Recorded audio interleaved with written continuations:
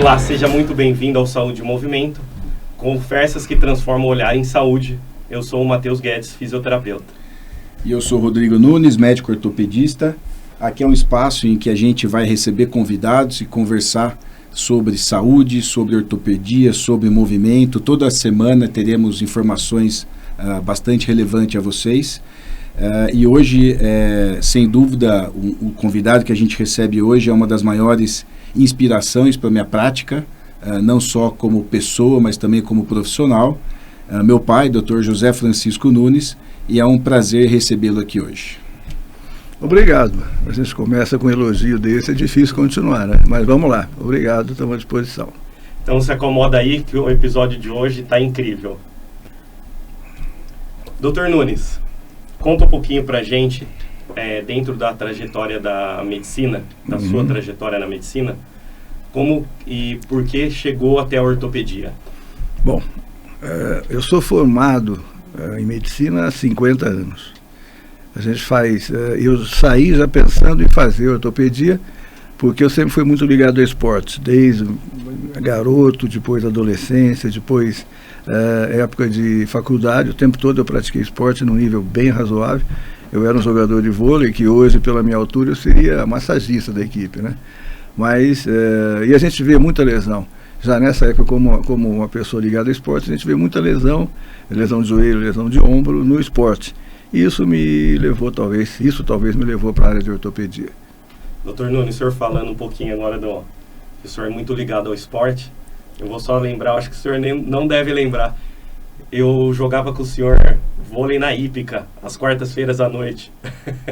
Fui algumas vezes lá. Mas você era um menino, né? O Matheus jogou profissionalmente, ele jogou com o Bruninho, foi levantador de vôlei durante muito tempo fonte profissional, né, Matheus? A Hípica eu parei de jogar com 50 anos, então isso já tem 24 anos. Você devia ir lá. Bate-bola à noite. Às quartas-feiras, né? O bate-bola é sensacional, muito bom. Acho que tem até hoje ainda, né, Matheus? Eu acho que sim. Nas quartas ainda tem o pessoal. Na Hípica não tem mais. Não? Não, a Hípica acabou. E me fala uma coisa, pai, em relação à cirurgia do joelho, quando foi que veio essa inspiração? Eu lembro que você me conta e a gente conversa bastante.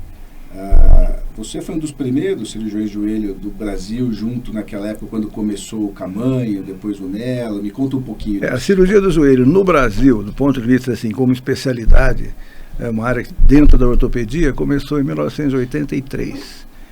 Aqui no Brasil, o primeiro curso de extensão universitária de cirurgia de joelho foi na USP, em 1981. Eu fiz esse primeiro curso. O segundo curso, de novo, na USP, aqui, o chefe era o professor Marcos Amatuzzi, na época. Eu fiz mais uma vez esse curso, e nesse ano de 83 foi fundada a Sociedade Brasileira de Cirurgia de Joelho. Então, a sociedade tem 42 anos, e eu participo, primeiro como ouvinte, como aluno dos cursos da sociedade, desde essa época. E depois eu fui progredindo até chegar a ser diretor da sociedade, até presidente da sociedade. Até 2017 eu fui presidente. Por que o joelho? É aí relacionado ao esporte, tá? Sem dúvida, eu tenho a impressão que a articulação mais lesionada no esporte em geral, e no nosso esporte principal, que é o futebol, é a articulação do joelho. Então essa foi a área que me levou, e uma brincadeira que eu falo é o seguinte: a gente tem dois joelhos, né?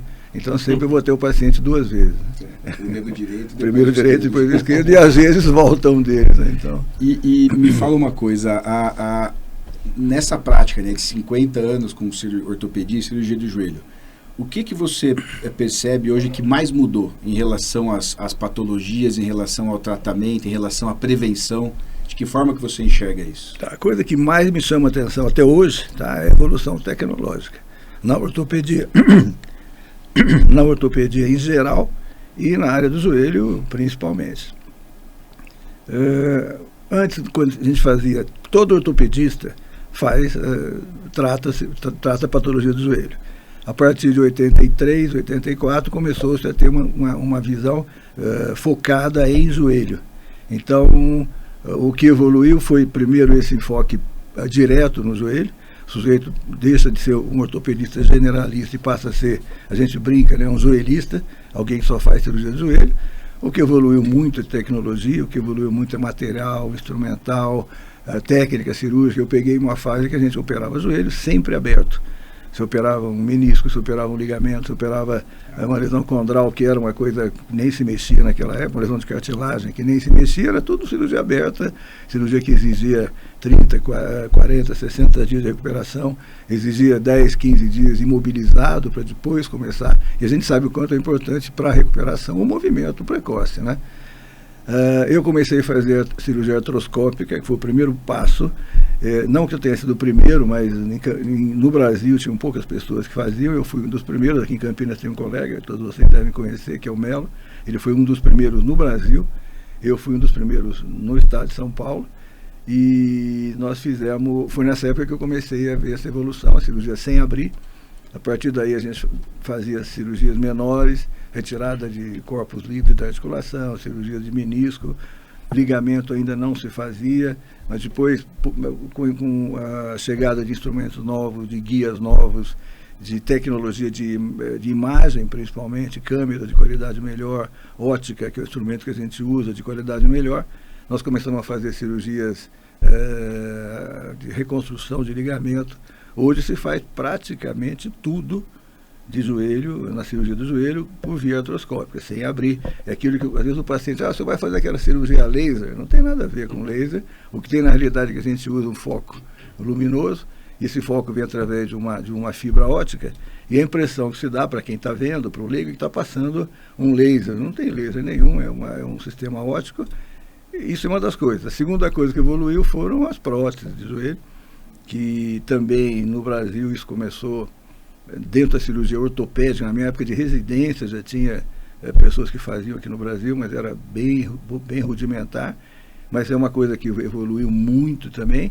E hoje o tratamento conservador, que a gente não dava muita atenção, principalmente para patologias degenerativas, que a gente não tinha muito o que fazer, e hoje tem um embasamento muito grande do que se fazia em artrose de joelho antes de pensar em cirurgia.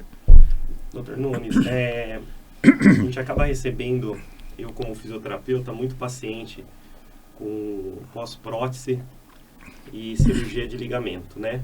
Como o senhor mesmo falou, o Brasil é um país do futebol, mesmo os outros esportes de contato acabam tendo muitas lesões, né, ligamentares. Mas para as pessoas que estão ouvindo esse nosso bate-papo, que eu acho que acaba interessando muito para eles, todo esse avanço tecnológico que o senhor vem falando, o que por exemplo, na cirurgia de prótese do joelho, o senhor vê nas consultas pós-operatórias a melhora do conforto do paciente relacionado com o que era antes? Como que o senhor vê essa evolução na paciente? Cirurgia de prótese, algumas coisas que mudaram, que foram evoluindo. Primeiro, quando eu comecei a fazer, eu comecei há 20 anos, 20 e poucos anos. A gente fazia nas pessoas de mais idade. Por quê? Porque a gente não tinha uma certeza da durabilidade da prótese. Então, até lá uma artrose com 75 para frente, era mais tranquilo indicar, porque essa pessoa, primeiro, tem um nível de atividade física menor e exige menos dessa prótese, e essa prótese, com certeza, iria durar mais. A qualidade das próteses foi melhorando. Qualidade de material, principalmente o componente que dá o movimento, que é o polietileno, foi melhorando muito, desgastando menos, e a gente começou a usar e operar paciente mais jovem. Isso é uma coisa que evoluiu bastante. Prótese, basicamente, os princípios são os mesmos.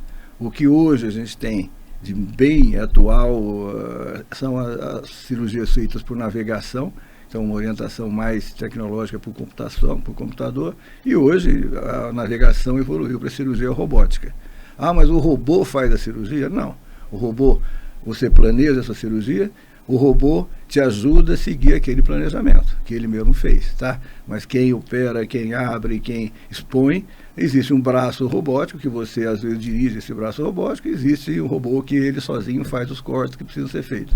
Mas essa, por enquanto, dentro da cirurgia de prótese, é o que, a meu ver, mais evoluiu, tá? E na verdade, Matheus, não só a cirurgia em si, né, mas eu acho que o que mudou muito de lá para cá, e aí eu posso falar da minha experiência já de 20 anos também acompanhando cirurgia de joelho, o entorno da cirurgia. Então você tem o preparo fisioterapêutico pré-operatório, você chegar com esse paciente bem preparado, bem orientado, o alinhamento de expectativa, né? Então a gente tem operado pacientes mais jovens, pacientes eles demandam mais. Então eles têm que saber o que eles podem e não podem fazer com a prótese, até onde eles podem ir, qual é o tipo de esporte que eles estão habilitados a fazer. Então o alinhamento de expectativa é muito grande.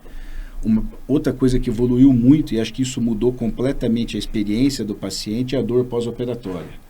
Então hoje a gente tem protocolos de anestesia, bloqueios, bloqueio guiado por ultrassom, bastante coisa que a gente faz no pós-operatório imediato, que faz com que esse paciente tenha menos dor. Ele tendo menos dor, ele vai para você com uma situação melhor, você consegue reabilitar ele melhor. E não é errado, hoje a gente vê pacientes com 2, 3 dias conseguindo caminhar, já com pouco apoio, usando um par de muletas de leve. Então eu acho que todo esse entorno, cirurgia, fisioterapia precoce, fisioterapia pós-operatória, controle de dor, prevenção de efeitos tromboembólicos, os medicamentos evoluíram, os antibióticos melhoraram. Então, hoje é uma cirurgia que a gente tem bastante segurança em dizer que o sucesso é bastante alto, né? Lógico que quando bem indicada, bem realizada e bem reabilitada, né? Mas, no geral, acho que foi isso que mudou nesses últimos anos. Muito legal. Até falando sobre isso, né? Você falou de 20 anos de cirurgia. Eu acho, nem sei se a gente conversou sobre isso. O Dr. Nunes também deve lembrar os acasos que a gente vai vendo. Eu estava vendo até uma grande amiga da minha mãe. Eu estava falando com a minha mãe hoje ainda, antes de vir para cá. Uma amiga dela sofreu um acidente indo para Tambaú, em 2003. Uhum. E vocês que operaram essa paciente, foi um acidente grave de carro. E ela teve fratura de fêmur, dos 2 fêmurs, teve traumatismo craniano, fratura 2003? de úmero. 2003. E estavam vocês 2 na cirurgia. E eu, particularmente, sempre gostei, e eu sempre encho o saco do Rodrigo. Rodrigo, posso assistir a cirurgia porque eu gosto muito de assistir. Porque a gente aprende, conversa, a gente já troca ideia do protocolo que vai seguir, tal. E em 2003 eu tinha acabado de fazer especialização na Unicamp. Uhum. Essa paciente sofreu um acidente, essa amiga da minha mãe, e vocês operaram da Beneficência Portuguesa e eu entrei na cirurgia. Vocês fizeram o fêmur e o úmero na mesma cirurgia, que foi grave. Qual que é o nome dela? Maria Lúcia. Maria Lúcia. É difícil lembrar isso. São só 20 eu quis anos. contar, na verdade. Porque Não, assim, ó, olha os acasos, né? Assim, Não é. é muito 2003, interessante. acho que foi aquela paciente que a gente, eu lembro dela, fratura de úmero e fêmur. Eu lembro Vocês porque eu fizeram na estava mesma- terminando a residência Sim. em trauma e a gente operou junto. É. Agora... O Maurício, será que estava ou não? Não, o Maurício Não, nessa é época, mais não. novo. Ele é mais novo. Porque eu lembro que tinha mais Mas você alguém. vê, isso é uma outra coisa que mudou Ele muito. estava na faculdade. Hoje, apesar de 50 anos de experiência, eu não faria um paciente desse. Ah, Porque eu não trabalho com trauma mais. Entendi. Isso é fugindo da cirurgia de joelho. Entendi. Eu acho que o que evoluiu mais na ortopedia foi a cirurgia de trauma ortopédico. Ah, Os conceitos, aquele conceito que se tinha antigamente, isso me dava muita raiva, que o ortopedista tinha que ser burro e forte, aham. né? Porque era colocar o osso no lugar, põe um gesso, resolve. Cirurgia com martelo, hoje tem um instrumental e uma teoria na cirurgia de trauma que já não é da minha época, esse hoje. Quanto tempo faz a escola O? É coisa de... Você vê, o conceito, eu tenho uma formação boa em trauma, que eu tive na residência e durante o R4, e eu continuo atuando com trauma até hoje na PUC de Campinas, onde eu faço trauma até hoje. Então, mudou muito. Esse conceito do minimamente invasivo Sim. com trauma, ele mudou completamente. Uma fratura de fêmur há 20 anos atrás, Você deve ter visto um talho você desse fazia tamanho. Pois é, grandes pois é. incisões, desperiostizava, abria o músculo, ia lá dentro, colocava uma placa, né? Ficava lindo, mas a agressão era muito grande. Hoje, a semana passada, eu tive a oportunidade de operar um paciente no Hospital Veracruz com uma fratura de fêmur, em que a gente conseguiu operar com 2 incisões de 1,5 cm. Você consegue colocar uma haste no fêmur inteiro com uma agressão bem pequena. E isso aí vai influenciar totalmente na recuperação. Claro. A cirurgia do joelho, a gente está falando, cirurgia do trauma, e uma outra que evoluiu muito, de forma assustadora, é a cirurgia de coluna. Uhum. Que antigamente tudo era feito aberto e o paciente não recuperava, porque a agressão na musculatura paravertebral é muito grande. Hoje, com pequenas incisões, você faz a mesma coisa ou até mais, com uma visão melhor ainda pelo vídeo, e em 2 dias o paciente está andando, não teve agressão nenhuma à musculatura, então ele está sentando rápido, ele está reabilitando rápido. Então, acho que essas são as grandes mudanças aí que tiveram nos últimos anos, né? Dr. Nunes, voltando para a questão das lesões ligamentares, Uhum. eu acabo tendo que responder muito para os pacientes na clínica na piscina, né, que eu sou da hidroterapia, essa questão dessa mudança que já vem de alguns anos para trás, nos protocolos de reabilitação, que é para a gente dar a alta para o paciente, que antes era uma pressão para a gente dar alta em 6 meses, e agora já vem para 9 meses, a 1 ano. Houve uma mudança nos últimos 10 anos, mais ou menos, ou 15, entre a maneira de se fixar o enxerto quando se fazia uma reconstrução. E antes ele era fixado de uma maneira isométrica, ou seja, em qualquer grau de flexão ou extensão do joelho ele estaria no mesmo grau de tensão. Isso, e nessa época se padronizou, você falou em 6 meses, que depois de 6 meses o paciente tem condição de voltar. Nesses 10, 15 anos, talvez um pouco mais, voltou-se a uma técnica que era feita aberto antes, que era a cirurgia anatômica, voltou-se agora artroscopicamente fazer anatômica. E a anatômica, por ser anatômica, não existe um tempo estipulado. Ela depende da evolução do paciente. Da evolução, existe um tempo mínimo, que é da integração do enxerto, mas depende muito da evolução na fisioterapia, das condições proprioceptivas do paciente. Ele tem que adquirir um controle muscular de novo, ele tem que voltar a ter uma função boa no joelho para que ele possa proteger o enxerto que ele fez, né? Esse foi um marco que fez mudar esse conceito de que 6 meses volta, depois de 9 pode voltar. Hoje existe uma coisa que se chama recuperação funcional. Quando a gente vê que o paciente atingiu um patamar funcional normal, isso é mais do que 6 meses, você sabe disso, é a hora dele poder começar a voltar. Então esse conceito da mudança de técnica isométrica para técnica anatômica, junto com ela mudou o conceito de tempo de recuperação. Eu hoje dificilmente eu faço pouco ligamento, o Rodrigo faz mais, mas dificilmente a gente fala, você vai voltar a jogar um atleta profissional, você vai voltar a jogar em 6 meses. Naquela época que eu operava mais ligamento, eu tive paciente profissional que voltou com 4 meses. E voltou, até onde eu sei, sem grande problema. Porque era um atleta que precisava mais de força do que de estabilidade. Ele jogava numa posição no futebol, no clube dele, que era aquele zagueirão que só chutava para frente, não mudava tanto de sentido. Era um sujeito que tinha uma coxa absurdamente bem trabalhada, e ele voltou num nível bom. Mas hoje a avaliação funcional para liberar um paciente, a avaliação isocinética para voltar para o esporte é o mais importante. Essa questão do tempo sempre foi uma discussão grande, né? E tem aquele autor, o Shelburne, né, que fez aquele protocolo acelerado, né, de reabilitação. Na época aquilo virou moda, então baixou-se lá de 9 meses para 6 meses. O que foi visto depois é que uma maioria de pacientes, quando tinha uma relesão, estava dentro desse período, né, do 6º ao 9º mês. Hoje já tem trabalhos que falam em 12 meses, né? Então você tem toda aquela fase biológica do enxerto que tem que ser respeitada enquanto a musculatura está melhorando. E aí a avaliação funcional ela vem nesse sentido, né? A hora que a gente tem parâmetros físicos, parâmetros anatômicos, parâmetros biológicos, recuperação, é a hora certa de voltar. Em média, né, 9 meses é um tempo muito bom. O difícil é segurar atleta profissional, né? Porque ele sempre tem uma questão aí de precisar voltar antes, tem questão contratual, tem o próprio timing da carreira. Às vezes 1 ano para ele parado envolve em perder algumas oportunidades.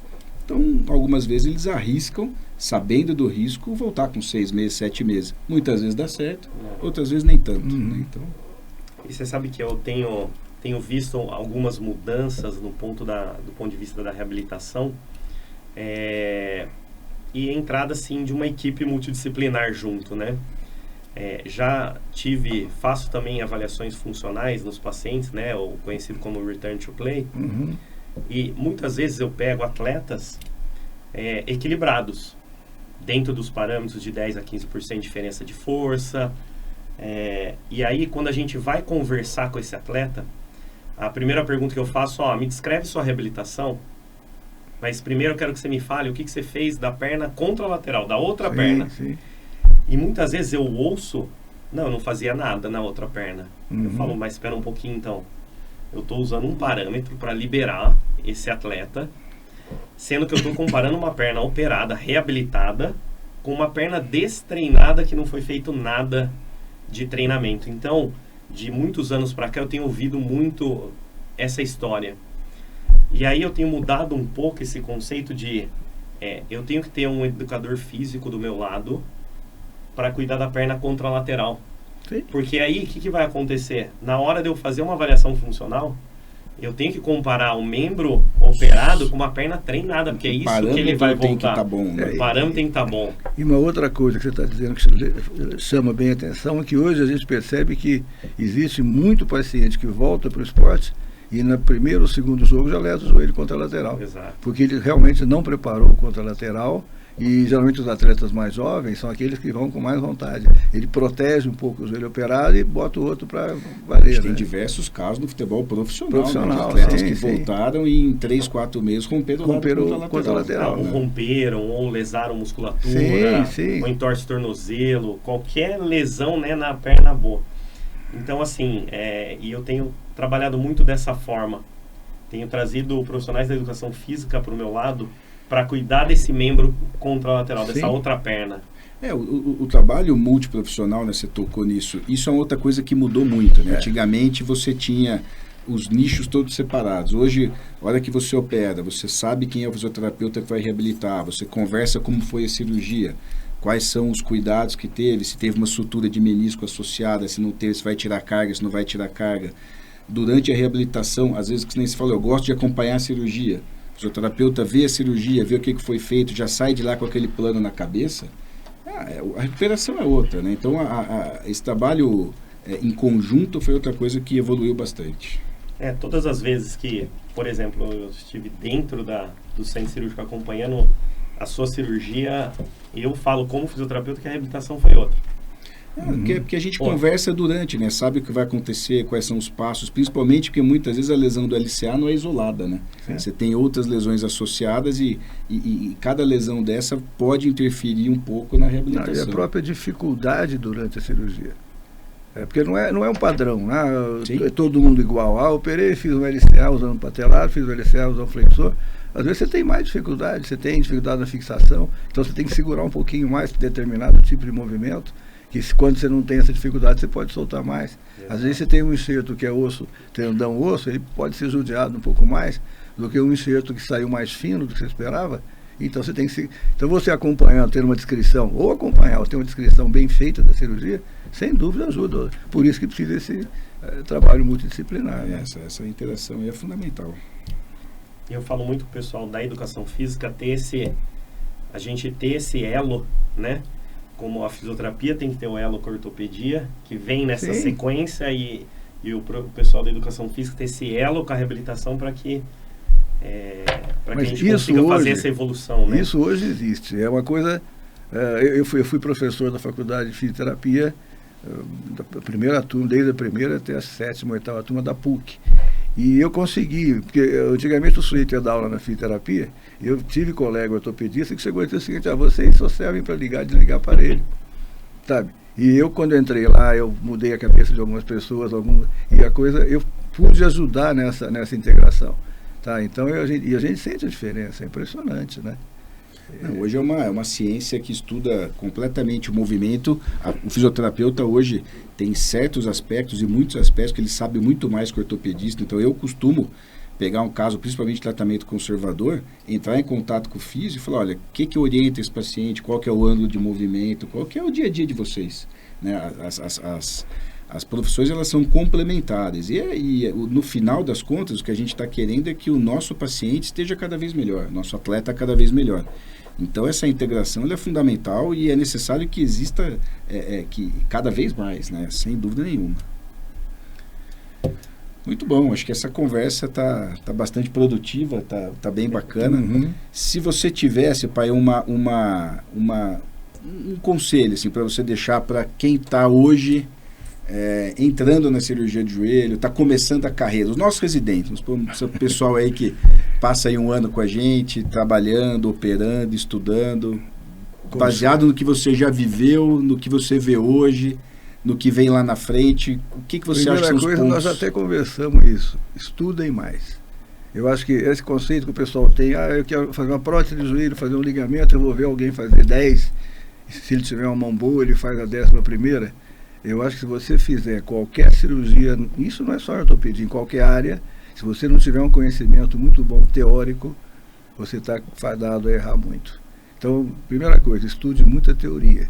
Você, uma área cirúrgica, o sujeito pensa que é só habilidade. A habilidade é importante, mas é importante saber quando você indica, em quem você indica, o que você indica.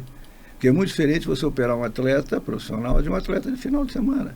É muito diferente você operar um sujeito com lesão de ligamento com 25 anos ativo fisicamente e um senhor ou uma senhora de 50 anos que caiu em casa e rompeu o ligamento. Você tem que avaliar muito bem isso. E às vezes o sujeito mais novo, no entusiasmo de vamos fazer, eu sei fazer, e sabe tecnicamente, ele deixa de prestar atenção nessa parte teórica. Então eu acho que a teoria é importante. Segundo, atualize-se sempre. O Rodrigo sabe disso. Eu era, e sou até hoje, um rato de congresso.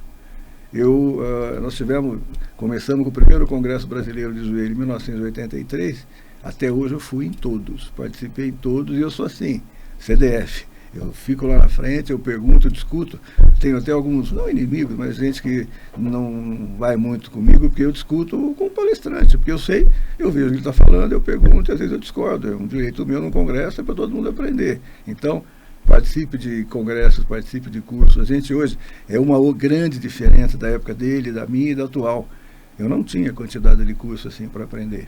Eu era na raça, eu gostava, vamos ler, e quando muito eu saía, se tivesse condição financeira, ia passar 15 dias, 10 dias de algum serviço fora para ver alguma coisa diferente. Hoje, tudo isso que a gente está falando aqui, todo o treinamento é possível fazer aqui no Brasil. Em serviços que fazem treinamento em cadáver, que é uma coisa que a gente não tinha. Hoje, cirurgia em cadáver está muito desenvolvida no Brasil, e você pode treinar tudo isso antes. Então faça estude, faça um treinamento técnico, se atualize e faça um treinamento técnico bem feito, e você tem tudo para ir bem. E também a gente não pode esquecer, a gente bate muito com os residentes nisso, da questão ética, né? Seja sincero sempre com o paciente, fale a verdade, exponha o que aconteceu, de que maneira que vai ser o tratamento, quais são os passos que vai passar. Eu acho que esclarecer isso, né, tanto no conservador quanto no cirúrgico, é fundamental. E faça o que tem embasamento, né, o que você estudou, o que está no livro, o que você viu no congresso. Não inventa moda, né? Hoje em dia tem gente que inventa aqui, inventa ali. Moda, né? Então, acho uma coisa que eu sempre faço também, não crie falsa expectativa. É muito comum o sujeito operar bem, conhece bem a teoria, e ele cria uma expectativa naquele paciente que você vai ficar 100%. É muito difícil você deixar alguém 100%. O 100% eu acho que ele só tem um que fez. Nós estamos tentando corrigir aquilo que lesou.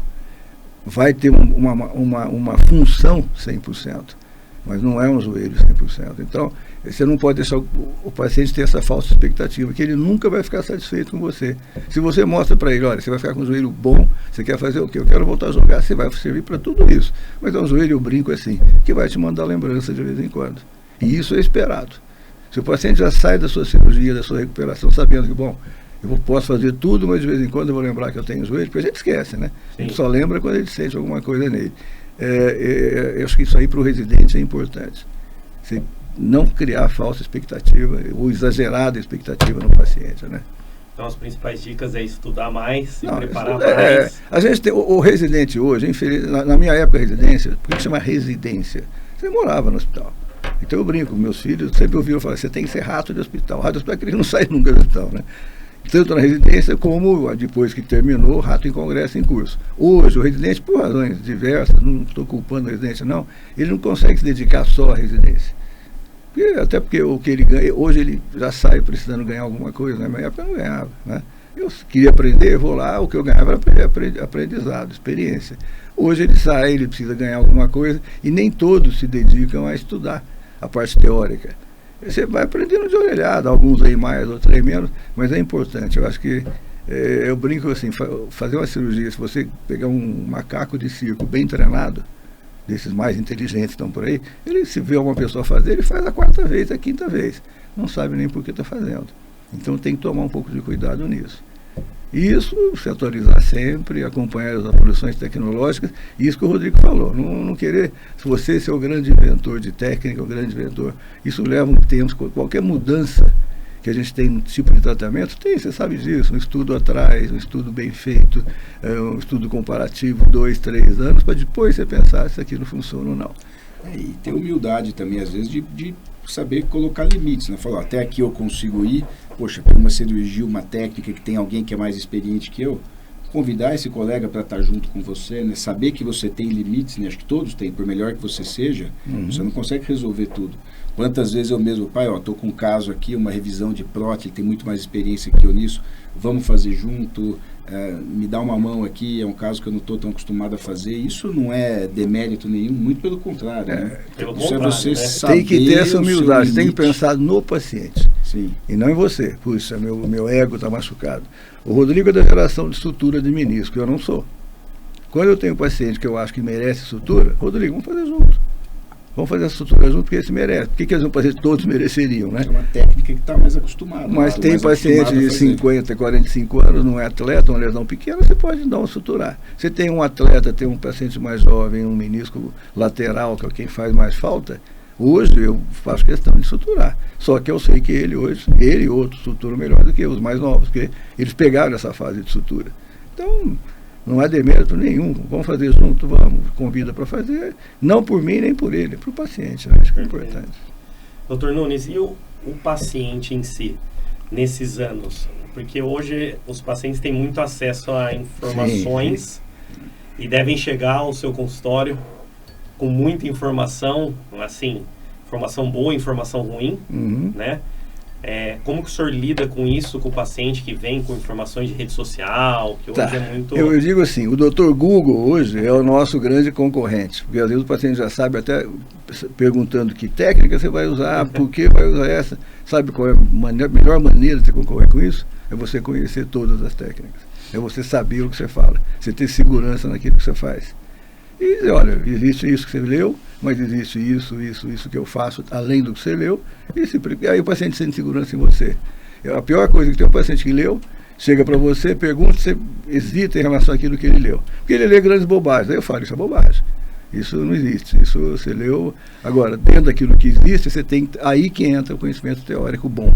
Você briga com o Dr. Google de pau a pau, né? Com a inteligência artificial, não sei ainda. Mas a coisa está evoluindo, mas ela lê mais que a isso. gente, né? O conhecimento, ele te deixa embasado para você levar essa discussão de uma maneira leve. Eu acho até interessante quando o paciente se informa bastante, porque ele chega já sabendo de alguns aspectos, você muitas vezes até concorda com ele, se que ele leu numa fonte fidedigna e está bem informado, mas esse conhecimento é saudável, né? Ele chega mais preparado, você mostra para ele o lado A e o lado B do tratamento, quais são as opções, e no fim chega num consenso e é o que importa. Né? Esse tratamento baseado em preferência do paciente também é legal, né? Você mostrar os caminhos que tem para o paciente. Sim, mas não, eu nunca, a não ser que eu nunca sigo a indicação do paciente. Eu posso até mostrar, concordar que a dele está certo, eu amplio dentro daquilo que ele mostrou que eu vou fazer, mas nesse tempo todo, olha, doutor, eu quero que o senhor faça isso comigo. Não, eu digo assim, as preferências dele, mas em cima dos seus caminhos, né? Porque muitas patologias vão ter algumas opções, sim, né? Tá, opera, não opera, quando opera, não, isso sim. Mas aí é que eu disse, você tem que ter embasamento teórico para isso, né? Você tem que saber qual é o paciente que merece fazer uma reconstrução, qual é o paciente que precisa de uma prótese. Você viu que interessante, isso está publicado. O índice de insatisfação com cirurgia de prótese é altíssimo. Insatisfação? Porque muitas vezes, do paciente. Porque pode chegar até 20%. Porque muitas vezes ele espera ficar com o joelho, aquilo que eu falei, novo, você vai me colocar um joelho. Não vou colocar uma peça mecânica aí, que funciona muito bem, muito melhor do que o joelho que você está hoje. Só que é uma peça mecânica que não tem motor. O motor dessa peça é só musculatura. Você já veio para operar que você já está ruim de músculo. Então você tem que trabalhar em cima disso para chegar o mais próximo do melhor. Né?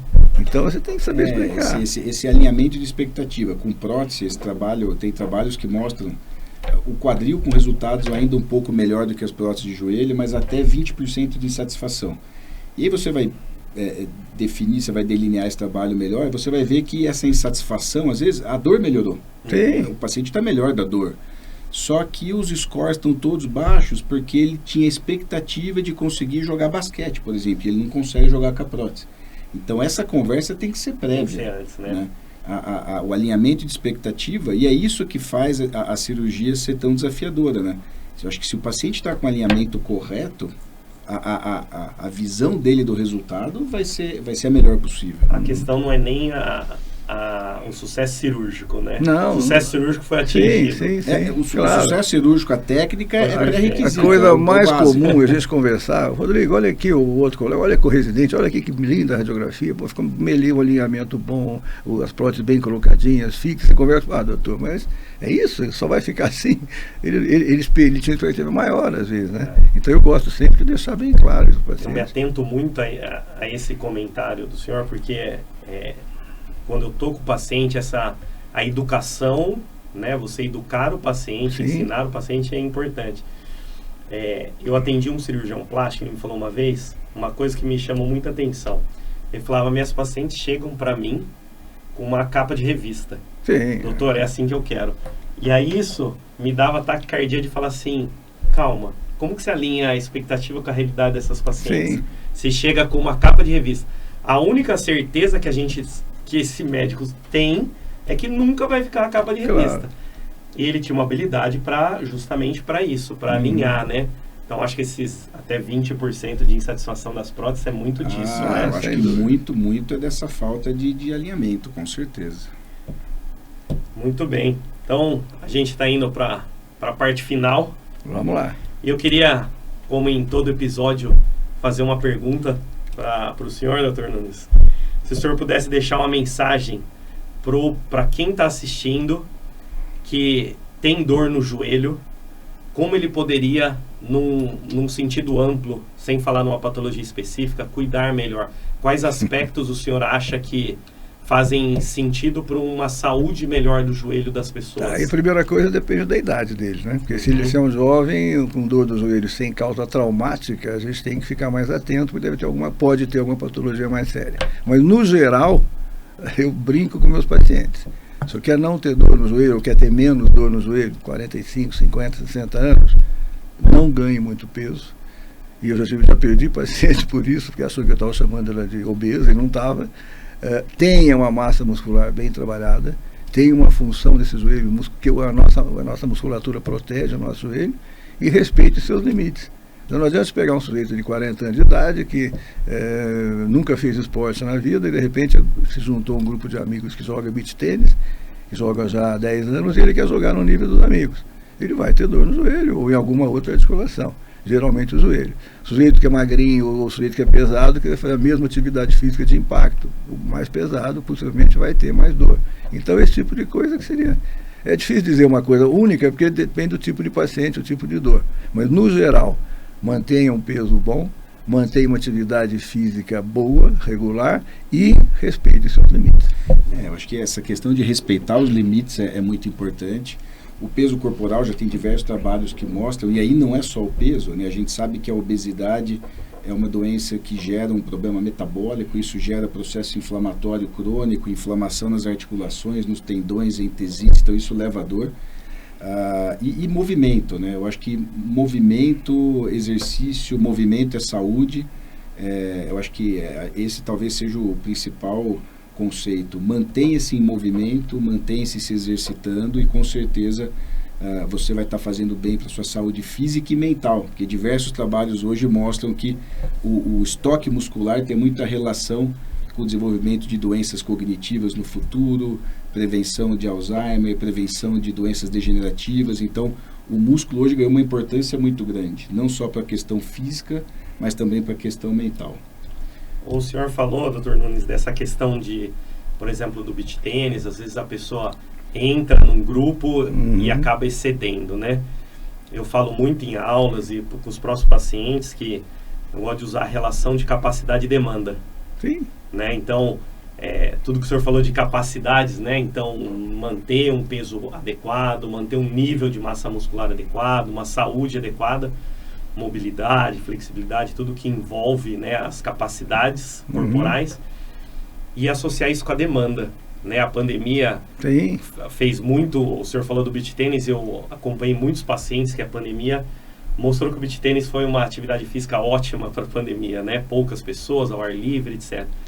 E as pessoas elevavam muito a demanda. né? E isso representavam lesões, que depois vieram alguns estigmas de o beach tênis lesa muito, etc.